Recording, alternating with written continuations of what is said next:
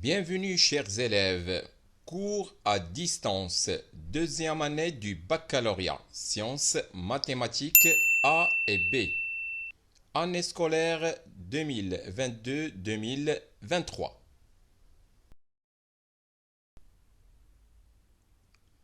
Chapitre 6. Fonctions logarithmiques.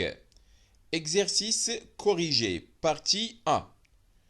Nous traiterons dans cette vidéo un exercice sur l'étude et représentation graphique d'une fonction.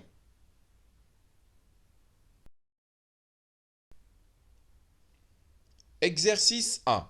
Soit f la fonction numérique de la variable réelle x définie sur l'intervalle ouvert 0 plus l'infini par f de x égale 1 demi x moins 1 plus ln de x. C est la courbe représentative de f dans un repère orthonormé OIJ. Première partie. Première question petit a. Calculez les deux limites. La limite lorsque x tend vers 0 et x supérieur strictement à 0 de f de x. Et la limite lorsque x tend vers plus l'infini de f de x. Question petit b. Étudiez la branche infinie de la courbe C au voisinage de plus l'infini. Deuxième question. Calculez f' de x pour tout x de l'intervalle i, puis dressez le tableau de variation de la fonction f. Troisième question, petit a. Montrez que f est une bijection de l'intervalle i vers un intervalle j que l'on précisera. Question petit b. En déduire que l'équation f de x égale 0 admet une solution unique alpha telle que alpha est supérieur strictement à 1. Quatrièmement, soit f-1 la bijection réciproque de f et C' la courbe représentative de f-1 dans le repère OIJ. Construire les deux courbes C et C' dans le même repère OIJ.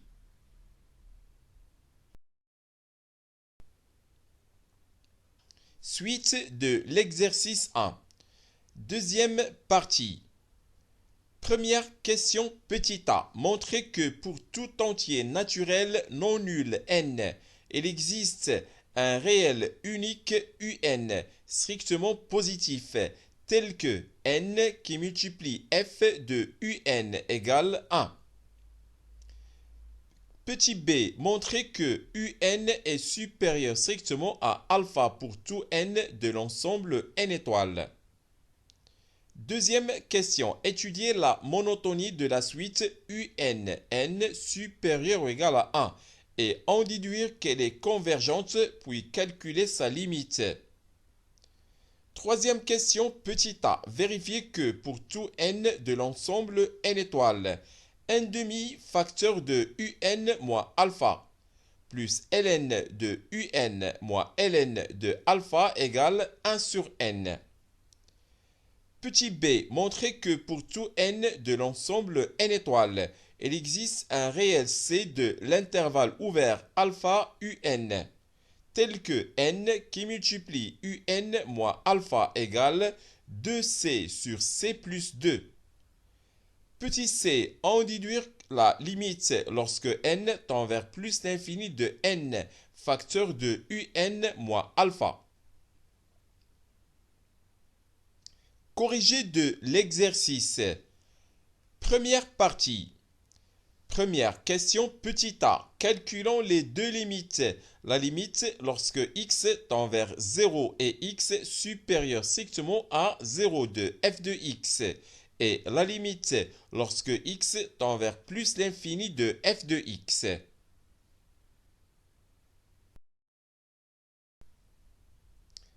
La limite lorsque x tend vers 0 et x supérieur strictement à 0 de f de x égale limite lorsque x tend vers 0 et x supérieur strictement à 0 de n demi x.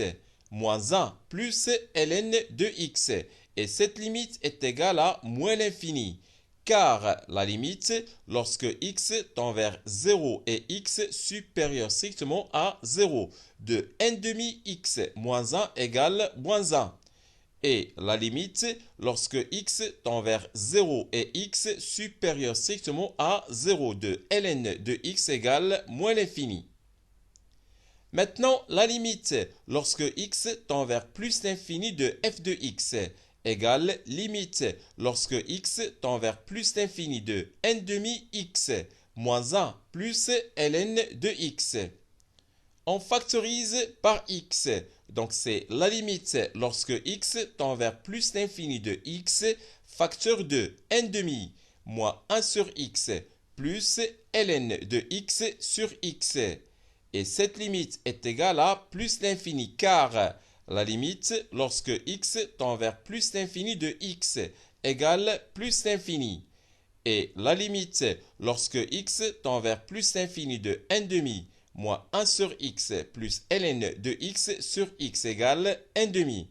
Car la limite lorsque x tend vers plus l'infini de moins 1 sur x égale 0. Et la limite lorsque x tend vers plus l'infini de ln de x sur x égale aussi à 0. Petit b, étudions la branche infinie de la courbe C au voisinage de plus l'infini. On a la limite lorsque x tend vers plus l'infini de f de x égale plus l'infini. Calculons la limite lorsque x tend vers plus l'infini de f de x sur x. La limite lorsque x tend vers plus l'infini de f de x sur x égale limite lorsque x tend vers plus l'infini. On a déjà factorisé f de x. On a trouvé que c'est x facteur de n demi moins 1 sur x plus ln de x sur x et qu'on doit diviser par x. On simplifie par x. Donc, c'est la limite lorsque x tend vers plus l'infini de n demi moins 1 sur x plus ln de x sur x. On a déjà calculé cette limite qui est égale à n demi. Calculons la limite lorsque x tend vers plus l'infini de f de x moins n demi x. La limite lorsque x tend vers plus l'infini de f de x moins n demi x égale limite lorsque x tend vers plus l'infini. Entre parenthèses, n demi x moins 1 plus ln de x. Moins n demi x. On simplifie par n demi x. Donc, c'est la limite lorsque x tend vers plus l'infini de moins 1 plus ln de x. Et sachant que ln de x tend vers plus l'infini lorsque x tend vers plus l'infini. Donc, cette limite est égale à plus l'infini.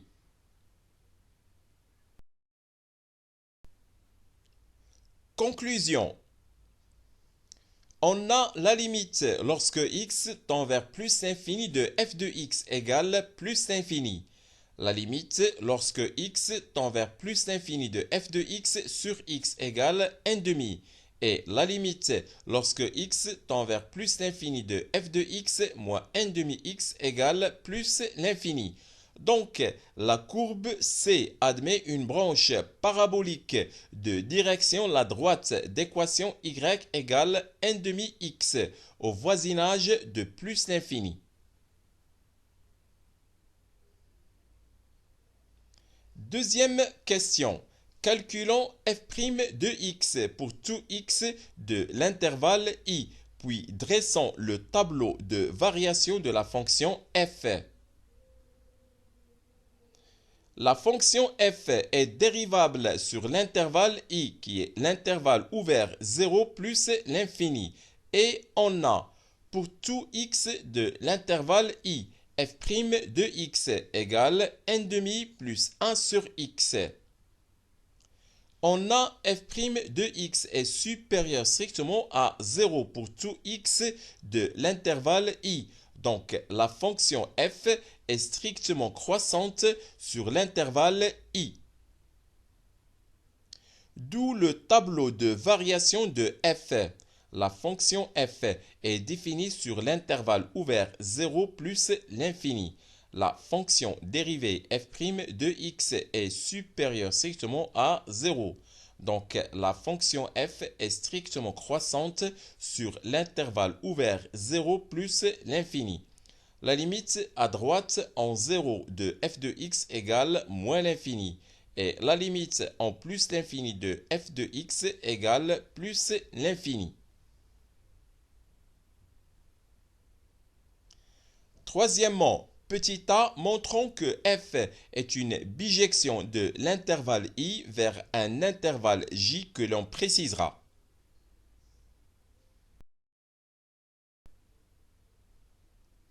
La fonction f est continue sur l'intervalle i car elle est dérivable sur i et strictement croissante sur l'intervalle i. Donc, f est une bijection de l'intervalle i vers l'intervalle j qui est égal à f de i et qui est égal à l'ensemble R. Petit b, déduisons-en que l'équation f de x égale 0 admet une solution unique alpha et que alpha est supérieur strictement à 1. La fonction f est une bijection de l'intervalle i vers l'ensemble R et puisque 0 appartient à l'ensemble R, alors l'équation f de x égale 0 admet une solution unique alpha dans l'intervalle i. On a f de alpha égale 0 et f est strictement croissante sur l'intervalle i. Puisque f de 1 égale moins 1,5 qui est inférieur strictement à 0, soit f de 1 inférieur strictement à f de alpha. Alors, alpha est supérieur strictement à 1. Quatrièmement, construisons les deux courbes C et C' dans le même repère OIJ où C' est la courbe représentative de la fonction réciproque f-1. C', la courbe représentative de la fonction réciproque f-1 est le symétrique de la courbe C par rapport à la première bisectrice du repère droite d'équation y égale x, voire figure. On va construire les deux courbes C et C' dans le même repère orthonormé OIJ. Tout d'abord, le repère orthonormé OIJ. Nous allons retrouver le tableau de variation de la fonction f. On a la limite à droite en 0 de f égale moins l'infini. La courbe C admet une asymptote parallèle à l'axe des ordonnées asymptote verticale d'équation x égale 0. On va construire cette asymptote qui est confondue avec l'axe des ordonnées. Donc c'est la droite d'équation x égale 0. La courbe C coupe l'axe des abscisses au point de coordonnées alpha 0 avec alpha compris strictement entre 1 et 2. Donc on construit le point de coordonnées alpha 0. Donc c'est sur l'axe des abscisses. Ensuite, on a la limite lorsque x tend vers plus l'infini de f de x égale plus l'infini. Et on a étudié la branche infinie. La courbe C admet une branche parabolique de direction la droite d'équation y égale 1/2x au voisinage de plus l'infini. On construit la droite d'équation y égale 1/2x. Et enfin, on construit la courbe C. Maintenant, pour construire la courbe C', représentative de la fonction f-1 dans le même repère OIJ, On construit tout d'abord la première bisectrice droite d'équation y égale x. Nous avons une asymptote verticale d'équation x égale 0. Sont symétriques par rapport à la première bisectrice. Est une asymptote horizontale et cette fois-ci d'équation y égale 0. Elle est confondue avec l'axe des abscisses. C'est la droite d'équation y égale 0. Le symétrique du point alpha 0 de coordonnées alpha 0 est le point 0 alpha. Donc c'est sur l'axe des ordonnées. Le symétrique de la droite d'équation y égale 1 demi x et la droite d'équation y égale 2x. Donc on construit la nouvelle asymptote. Alors c'est une asymptote à la courbe C'. Maintenant on construit la courbe C'. Voilà, c'est fait. Et les deux courbes sont symétriques par rapport à la première bisectrice. Deuxième partie. Première question, petit a, montrons que pour tout entier naturel non nul n, il existe un réel unique un strictement positif, tel que n qui multiplie f de un égale 1. Soit n un entier naturel non nul, puisque la fonction f est une bijection de l'intervalle i vers l'ensemble R, et puisque 1 sur n appartient à l'ensemble R, alors l'équation f de x égale 1 sur n, soit l'équation n qui multiplie f de x égale 1 admet une solution unique un dans l'intervalle i. D'où il existe un réel unique un strictement positif tel que n qui multiplie f de un égale 1. Petit b, montrons que un est supérieur strictement à alpha pour tout n de l'ensemble n. Soit n un entier naturel non nul. On a f de un égale 1 et f de alpha égale 0. Donc f de un est supérieur strictement à f de alpha. Et puisque la fonction f est strictement croissante sur l'intervalle i, alors la fonction f-1 est aussi strictement croissante sur l'ensemble R. Par suite, f-1 de f de un est supérieur strictement à f-1 de f de alpha, soit un supérieur strictement à alpha. D'où un est supérieur strictement à alpha pour tout n de l'ensemble n étoiles. Deuxièmement, étudions la monotonie de la suite un n supérieur ou égal à 1.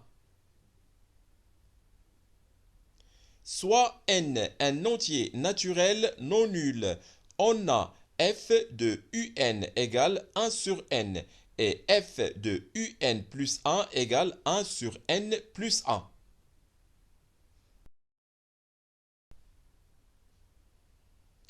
Donc f de un est supérieur à f de un plus 1. Et puisque la fonction f-1 est strictement croissante sur l'ensemble R, alors f-1 de f de un est supérieur strictement à f-1 de f de un plus 1, soit un est supérieur strictement à un plus 1.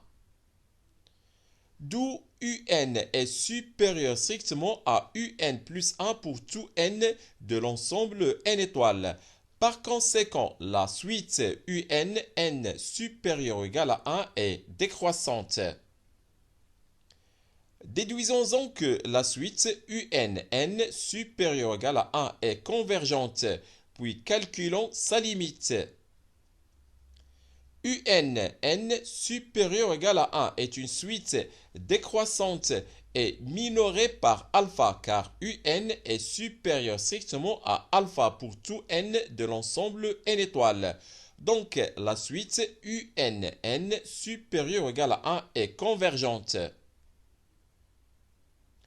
Calculons la limite lorsque n tend vers plus l'infini de UN. Soit n un entier naturel non nul, on a f de un égale 1 sur n. Donc un égale f-1 de 1 sur n. Par suite, la limite lorsque n tend vers plus l'infini de un égale limite lorsque n tend vers plus l'infini de f-1 de 1 sur n. Et comme la limite lorsque n tend vers plus l'infini de 1 sur n égale 0 et la fonction f-1 est continue en 0, alors la limite lorsque n tend vers plus l'infini de f-1 de 1 sur n égale f-1 de 0. Or, f de alpha égale 0, donc f-1 de alpha, f-1 pardon de 0 égale alpha. Par suite, la limite lorsque n tend vers plus l'infini de f-1 de 1 sur n égale alpha. D'où la limite lorsque n tend vers plus l'infini de un égale alpha.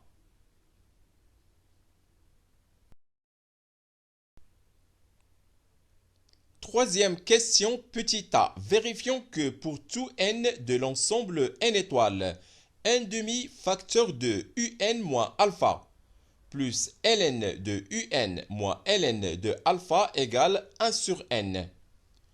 Soit n un entier naturel non nul, on a f de un égale 1 sur n et f de alpha égale 0. Donc 1 demi un moins 1 plus ln de un égale 1 sur n.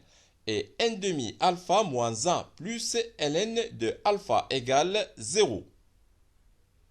En calculant la différence membre à membre, on obtient 1 demi facteur de un moins alpha plus ln de un moins ln de alpha égale 1 sur n. D'où 1 demi facteur de un moins alpha plus ln de un moins ln de alpha égale 1 sur n pour tout n de l'ensemble n étoiles. Petit b, montrant que pour tout n de l'ensemble n étoiles, il existe un réel c de l'intervalle ouvert alpha un, tel que n facteur de un moins alpha égale 2c sur c plus 2. Soit n un entier naturel non nul. La fonction g qui a x fait correspondre 1 demi x plus ln de x est continue sur l'intervalle fermé alpha un et elle est dérivable sur l'intervalle ouvert alpha un. Donc, d'après le théorème des accroissements finis, il existe un c de l'intervalle ouvert alpha un tel que g de un moins g de alpha égale un moins alpha facteur de g' de c.